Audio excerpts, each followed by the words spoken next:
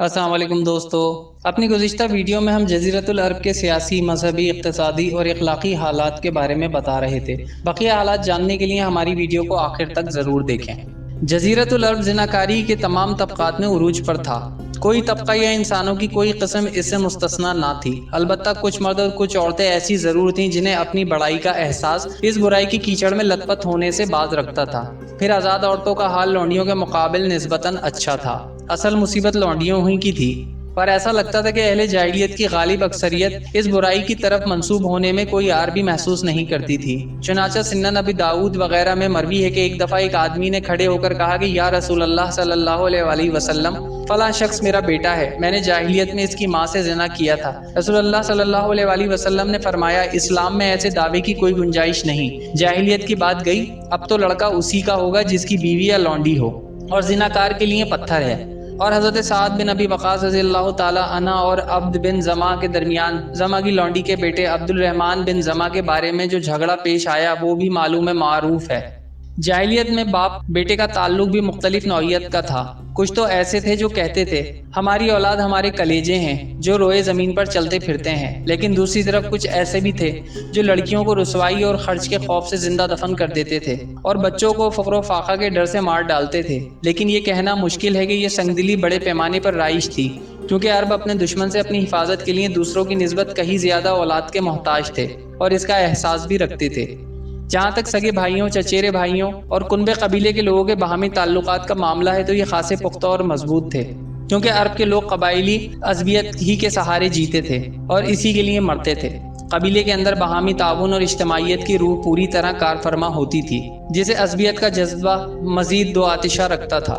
दर हकीकत कौमी अज़बियत और क़राबत का ताल्लुक़ ही इनके इज्तिमाई निज़ाम की बुनियाद थी। वो लोग इस मिसल पर और इसके लफ्ज़ी मायने के मुताबिक अमल पैरा थे कि अपने भाई की मदद करो, ख्वाह जालिम हो या मजलूम। इस मिसल के मायने में भी और इस्लाह नहीं हुई थी जो बाद में इस्लाम के जरिए की गई, यानी जालिम की मदद यह है कि उसे जुल्म से बाज रखा जाए। अलबत्ता शर्फ व सरदारी में एक दूसरे से आगे निकल जाने का जज्बा बहुत सी दफ़ा एक ही शख्स से वजूद में आने वाले कबाइल के दरमियान जंग का सबब बन जाया करता था। जहाँ तक मुख्तलिफ कबाइल के एक दूसरे से ताल्लुक़ का मामला है तो ये पूरी तरह शिकस्ता और रेख्ता थे। कबाइल की सारी क़ुव्वत एक दूसरे के ख़िलाफ़ जंग में फना हो रही थी।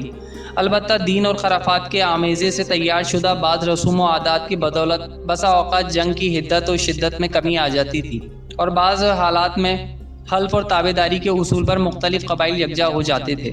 अलावा अज़ीं हराम महीने इनकी ज़िंदगी और हुसूल माश के लिए सरापा रहमत व मदद थे।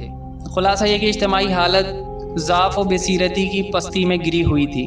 जहल अपनी तन्नाबे ताने हुए था और खराफात का दौरा था। लोग जानवरों जैसी ज़िंदगी गुजार रहे थे।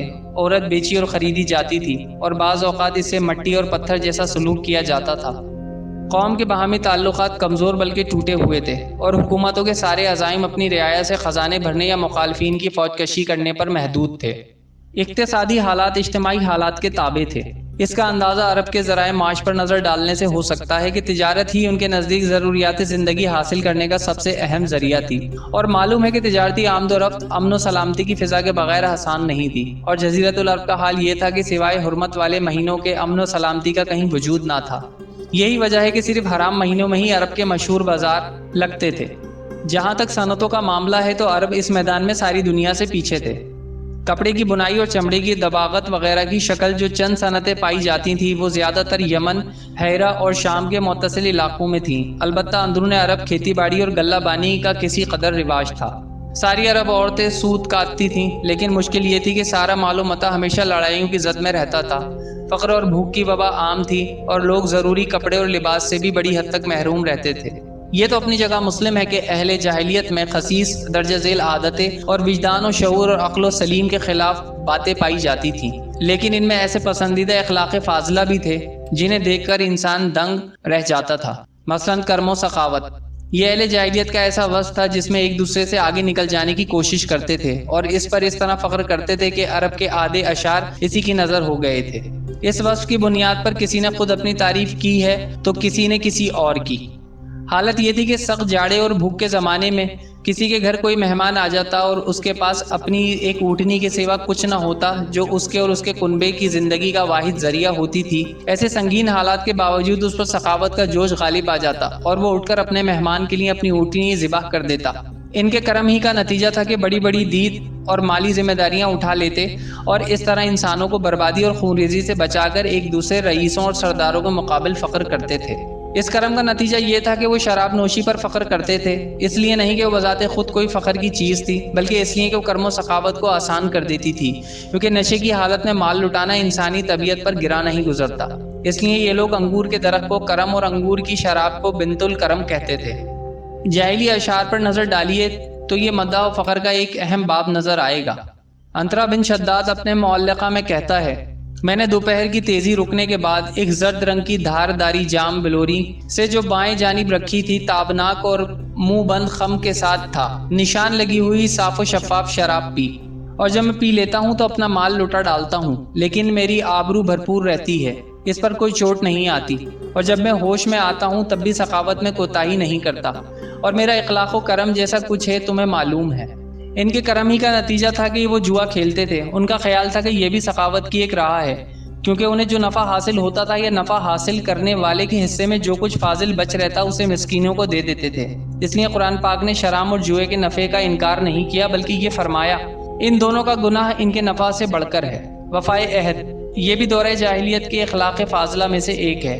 عہد کو ان کے نزدیک دین کی حیثیت حاصل تھی، جس سے وہ بہرحال چمٹے رہتے تھے، اور اس راہ میں اپنی اولاد کا خون اور اپنے گھر بار کی تباہی بھی ہیچ سمجھتے تھے۔ اسے سمجھنے کے لیے ہانی بن مسعود اور حاجب بن زرارہ کے واقعات کافی ہیں۔ خودداری اور عزت نفس پر قائم رہنا اور ظلم و جبر برداشت نہ کرنا بھی جاہلیت کے معروف اخلاق میں سے تھا۔ اس کا نتیجہ یہ تھا کہ ان کی شجاعت و غیرت حد سے بڑی ہوئی تھی۔